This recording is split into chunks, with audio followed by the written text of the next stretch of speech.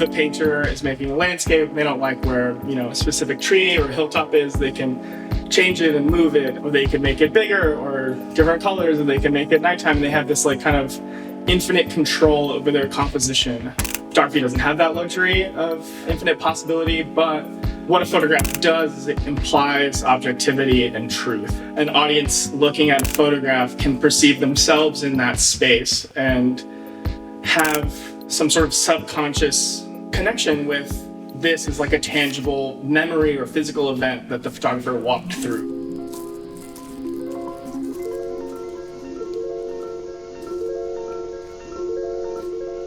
My name is Devin Blaskovich, and I'm a photographer and visual artist based in Southern California. I make still life and portrait editorial work, as well as longer form narrative projects for photo books and exhibitions.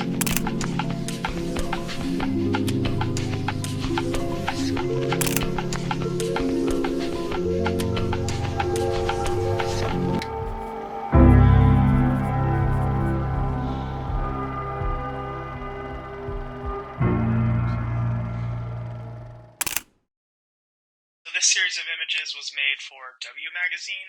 The editor had reached out to a selection of artists to show some still lifes that they had made in the initial period of isolation during the pandemic.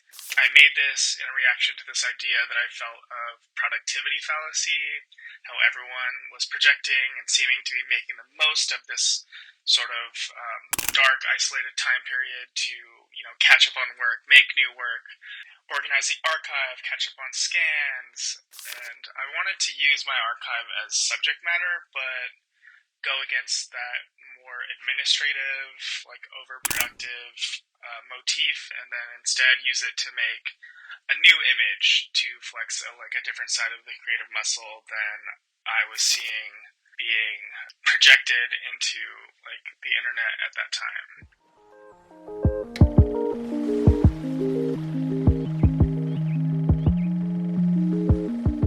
The goal of most commercial work is to present an appealing image, paint whatever they give me in an endearing or attractive light.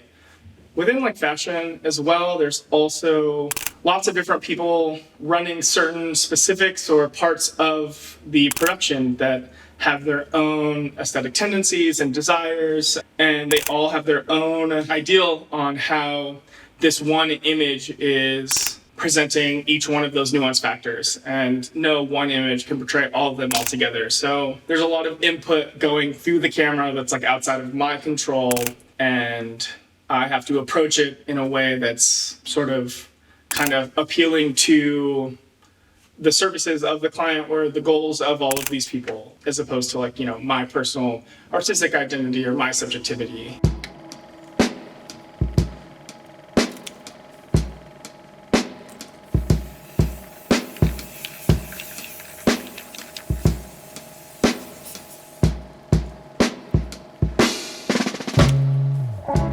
For my personal work, most of those considerations kind of just fall to the wayside, which is amazing, allowing me the opportunity to convey a more nuanced or opaque perspective on whatever I'm photographing. I don't have to sell something so quickly on the surface. I'm allowed to create or focus an emphasis on an image that has, multiple entry points depending on how you're looking at it.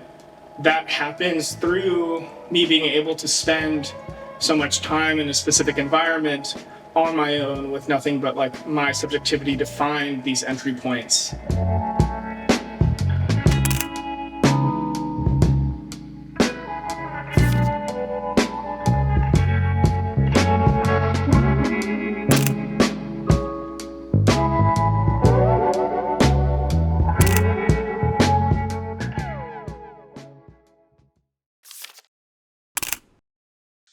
These images were for a print editorial, and they were inspired by some light and sculpture artists. So some were made in the lighting motif of a Nancy Holt sculpture, and some were made with these wire gestures, and some were made with this sort of painted dark black gesture, which was a reference to some of Richard Serra's charcoal drawings. And with those, it was just this kind of free-form matching between certain motifs of existing non-photographic artists that I like, and these sort of fashion silhouettes that I felt sort of coincided with like the light and the sculptural reference.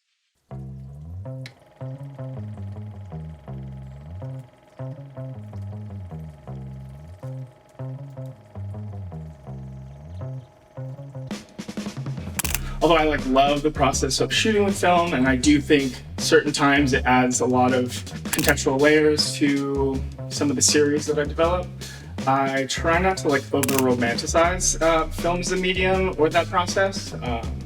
There are many distinct visual signatures that certain film stocks or analog formats definitely just inherently possess. There's good value to that, but I think it's often used kind of heavy-handedly to fix or stylize an otherwise maybe uninteresting project. I do believe there can be a choice made within a certain film stock to provide this contextual framework for the project. If you choose it for that specific purpose, but the line between that kind of level of nuance and simple just fetishization of film is very thin. One of the most inspiring things for me is being able to construct an open-ended narrative through sequences of images, and how multiple pictures of varying subject matters can just imply and imbue an open-ended narrative for the audience. There's something about the space in between the two photographs in which anyone who's looking at them will obviously just subconsciously look for some association and some connection between the two. These sort of nonlinear sequences opens up a whole emotional parameter for engagement that has many access points beyond anything that I could just dictate myself. Recent body of work that I've been developing for the last year or so are these two series of images, hopefully to be combined in the future, of my hometown in San Diego, in combination between natural landscape images and photographs of industry and development and construction, sort of weave together for this kind of open-ended narrative that infers upon San Diego's relationship with its natural landscape.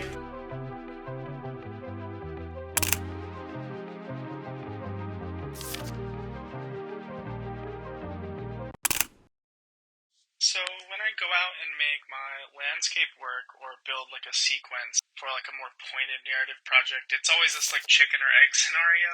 I feel like I go out and I make a series of images, and then when I bring them back, I find certain elements of them that I gravitate towards, and then on the next time when I go out to make images, I look for something that will match the first one that's still in the back of my subconscious. And that could be a graphic element, like a circle within a composition. I always have these half dozen or dozen visual or subject matter motifs that I'm trying to take new images that enlighten upon those or can go together with those. So then it constructs a narrative. Initially it's subconscious, and then from there it becomes intentional.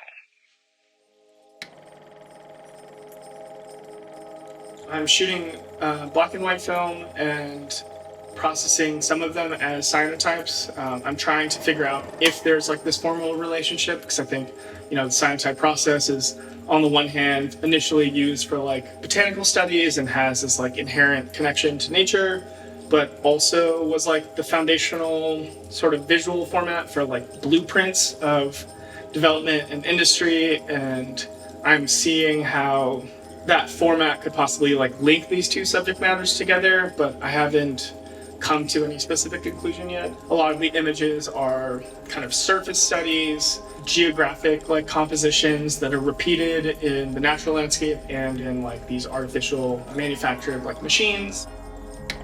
A normal person who lives here kind of has to interact with both of them simultaneously without even noticing. So hopefully the work that I'm making will not politically address that, but is just maybe a visual representation or how I feel, or projecting that visual narrative of going into this kind of aqueous space.